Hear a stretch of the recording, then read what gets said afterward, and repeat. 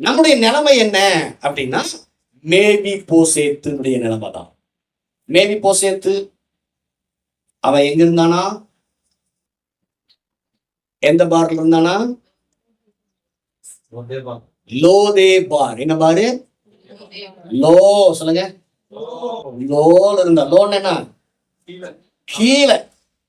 Lo Debar அப்படின்னு சொன்னா குப்பமேட்டு வாசல். குப்பமேடுன்னு சொல்லுவாங்க. என்ன சொல்லுவாங்க? குப்பமேட்டு. சென்னையில நிறைய சேரிப்புறங்கள் இருக்கு, இன்னைக்கு டெவலப் ஆகாம இருக்கு.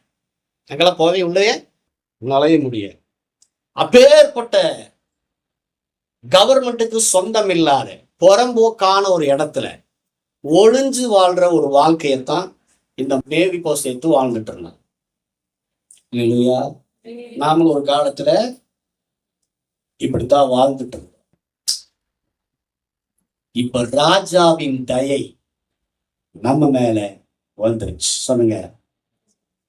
தாவீது ராஜாவுடைய தயை மேவி போசேத்துக்கு ஒரு மழை மாதிரி பெஞ்சுதான்.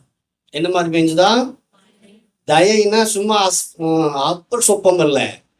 ஒரு ராஜாவின் தயை எப்படிப்பட்டதா? நீதிமொழிகள் 19ஆம் அதிகாரம் 12வது வாசிங்க. ராஜாவின் தயை எப்படிப்பட்டது?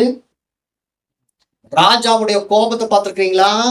நீங்க ராஜாவுடைய காலத்துல வாழ்னு நினைக்கிறேன். ராஜாவின் கோபம் சிங்கத்தின் கர்ஜனைக்கு சமானம். அவருடைய தயை பெய்யும் பனியை போல இருக்கும். அல்லேலூயா. ராஜாவுடைய தயை எப்படி இருக்குமா? புல்லின் மேல் பெய்யும் பனியை போல, மழையை போல அது இருக்குமா. கர்த்தர் சொல்றாரு, இந்த மே மாசத்துல கர்த்தர் உங்களுக்கு தயவின் மழையை கட்டளையிடுகிறார். தயை சொல்லுங்க. தயை மழை வருது. இந்த மழை உங்க மேல பெய்ய போகுது. வசனமா இப்ப உங்க மேல பெய்யுது. இந்த மழையில நீங்க நனைஞ்சிட்டு இருக்கிறீங்க.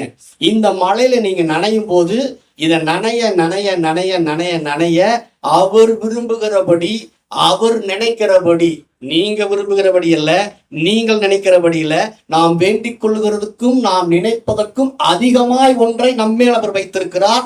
அவருக்கு ஏற்றபடி நீங்கள் விளைச்சலை தருவீர்களா? எபிரேயர் 5ஆம் அதிகாரம் 6ஆம் அதிகாரம் அப்படித்தான் சொல்லுது.